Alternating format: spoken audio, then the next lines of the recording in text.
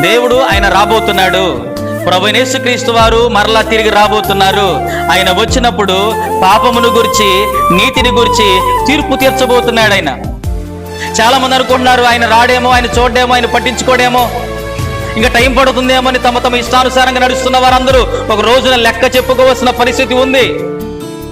తమ జీవితాలను దేవుని ఎదుట కనపరుచుకోవాల్సిన దినం ఒకటి తటస్థిస్తుంది. కాబట్టి దేవుడు తీర్పు తీర్చు దినము వరకు మనము మార్పు లేకుండా ఉండకూడదు. మన జీవితాలు ఇప్పుడే ఆయనకు అప్పగించుకోవాలి.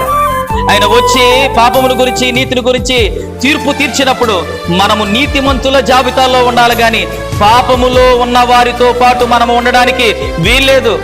మన పాపములు కడగబడాలి, పశ్చాత్తాపడాలి, మనం విడిచిపెట్టి ప్రభు మార్గాలను వెంబడించాలి. మనం పాపములో ఉండి చనిపోవడానికి వీల్లేదు. మనం పాపములో ఉండి పరిశుద్ధపరచబడి దేవుని రాజ్యముపై మనము సిద్ధపాటు కలిగిన వారముగా ఉండాలి. కాబట్టి ఇకనైనా దేవుడు వస్తాడన్న భయము కలిగి, దేవుడు చూస్తున్నాడని భయము కలిగి, దేవుడు నిశ్చయముగా ప్రతిఫలం ఇవ్వబోతున్నాడని భయము కలిగి మనం నడుచుకుందాం. ఆ విధంగా నడుచుకోగలిగితే దేవుని ఎదుట మనము ఆయన వారసులుగా, ఆయన రాజ్యములో గనులుగా, గొప్పవారముగా, ఆయన వలన మెప్పును పొందేవారముగా ఉంటాము. అట్టి కృప దేవుడు మనకు దయచేయునుగాక. ఆమేన్.